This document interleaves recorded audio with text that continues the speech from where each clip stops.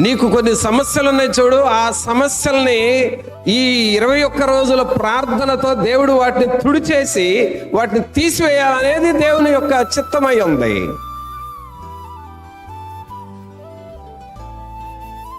నీవు ఎన్ని రకాలుగా ఇబ్బందులు పడుతున్నావో, బాధపడుతున్నావో, ఎలాగా ఈ సమస్య నుండి పరిష్కారం ఎలాగని అనుకుంటున్నావు చూడు, ఆ పరిష్కారం నీకు దేవుడు ఇవ్వటానికి ఈ అవకాశం ప్రభు నీకు ఇచ్చాడు. నువ్వేం చేయాలి? సద్వినియోగం చేసుకోవాలి. నువ్వేం చేయాలి? ఈ టైం పోతే మరలా మరొకసారి సమయం రాదేమో అని నిన్ను నువ్వు పనులు తగ్గించుకొని పరిగెత్తుకుంటా వచ్చి ప్రభు పాదాల దగ్గర పడాలి. అది సద్వినియోగం చేసుకోవడం అంటే.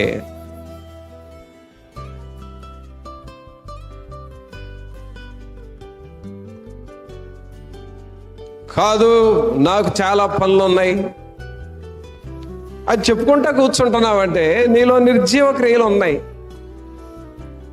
అలా చెప్పుకుంటా ఉంటావు, నీకు నీ జీవితం అంతా అలాగే చెప్పుకుంటా ఉంటావు.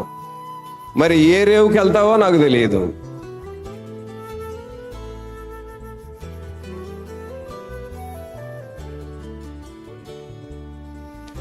సోదరుడా, సోదరి, ప్రభు నీకు ఇచ్చిన అవకాశాన్ని నువ్వు వాడుకుంటున్నావా?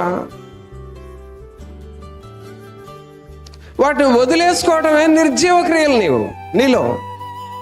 అందుకనే పౌలు గారు అంటున్నాడు, కాబట్టి నిర్జీవ క్రియలను నువ్వు వదిలిపెట్టాలి.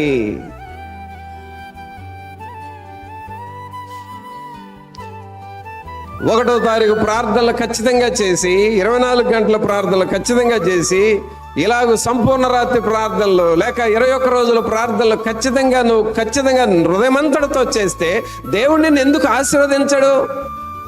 ఒకవేళ దేవుడు నిన్ను ఇవన్నీ నేను చేశాను కానీ ఆశీర్వదించలేదు అంటే ఎందుకు ఆశీర్వదించలేదో రా, నేనైనా నీ పక్షంగా పోరాడతాను. నువ్వు చేస్తే కదా నీ పక్షంగా పోరాడటానికి ఒక అవకాశం ఉండేది దేవుని సేవకుడికి.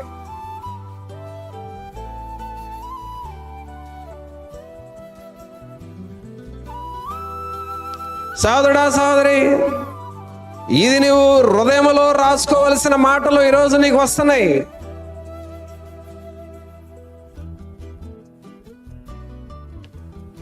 ముఖానికి పౌడర్ రాసుకున్నట్టుగా రాసుకొని రాలిపోయే బోధ కాదు ఇది. ఈ వాక్యము నీ హృదయంలోకి వెళ్ళి నిన్ను వెలిగించాలి.